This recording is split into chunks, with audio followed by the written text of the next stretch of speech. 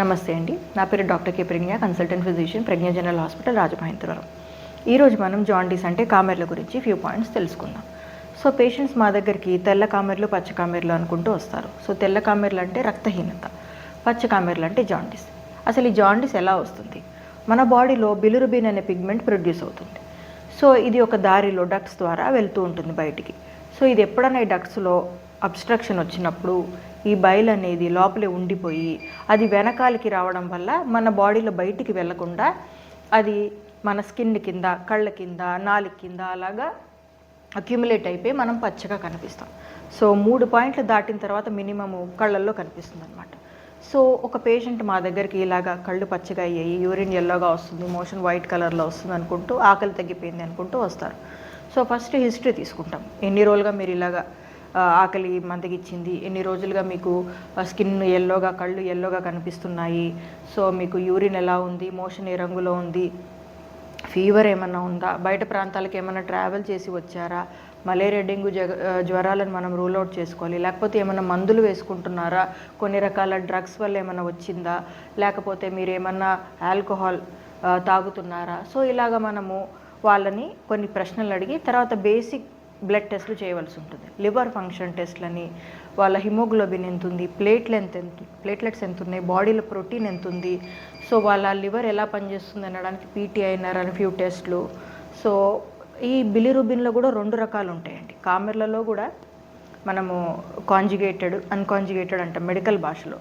అంటే కొన్ని లివర్లో ప్రాబ్లం ఉండడం వల్ల వస్తాయి, కొన్ని రక్తము లోపల డెస్ట్రాయ్ అంటే రక్త కణాలు విరిగిపోవడం వల్ల హిమోలైటిక్ జాండీస్ వస్తుంది. సో ఈ రెండిట్లో ఏంటి, మనకి లివర్ ఫంక్షన్ టెస్ట్ రిపోర్ట్ చూస్తే అది రక్త కణాలు డెస్ట్రాయ్ అవ్వడం వల్ల వచ్చిందా, హిమోలైటిక్ జాండీసా, లేకపోతే ఎక్కడైనా అబ్స్ట్రక్షన్ మన ముందు అనుకున్నట్టుగా ఎక్కడన్నా బయలు అడ్డుకుపోతుందా, లివర్లో ఏమైనా లోపం ఉందా, మందు తాగడం వల్ల వచ్చిందా, లేకపోతే డ్రగ్స్ తీసుకోవడం వల్ల వచ్చిందా, కొంతవరకు అవగాహన వస్తుంది.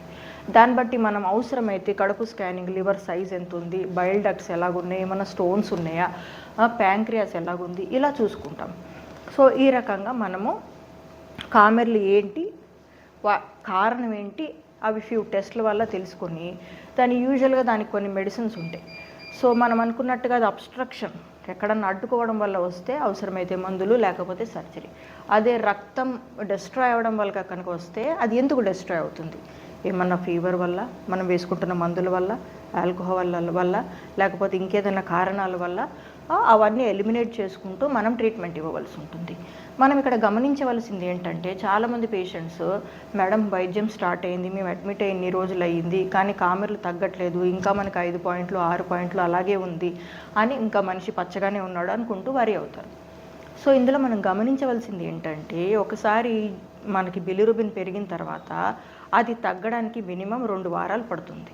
సో 2 వారాల వరకు అంతగా గుణం అంటే పేషెంట్ రికవర్ అవుతాడు, పేషెంట్ ఆకలి ఇంప్రూవ్ అవుతుంది, సిమ్టమ్స్ ఇంప్రూవ్ అవుతాయి, కానీ మనిషి యొక్క బిలిరుబిన్ కొంచెం పచ్చగా కనిపించడం తగ్గడానికి 2 వీక్స్ వెయిట్ చేయవలసి ఉంటుంది.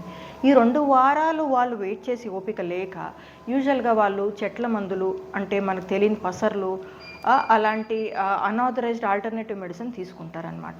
సో డాక్టర్ల పర్యవేక్షణ లేకుండా అలాంటివి తీసుకోవడం వల్ల ఎన్నో మరణాలు మేము చూసాం. జాండీస్ పెరిగిపోవడము, లివర్ ఫెయిల్యూర్లోకి వెళ్ళిపోవడము, అలాంటి చాలా ప్రాబ్లమ్స్ మేము చూసాం. సో ఓపిక పట్టండి, సరైన మీ ఫిజిషియన్ని కానీ గ్యాస్ట్రోఎంట్రాలజిస్ట్ని కానీ కలవండి, కారణం ఏంటో తెలుసుకోండి, వైద్యం తీసుకోండి.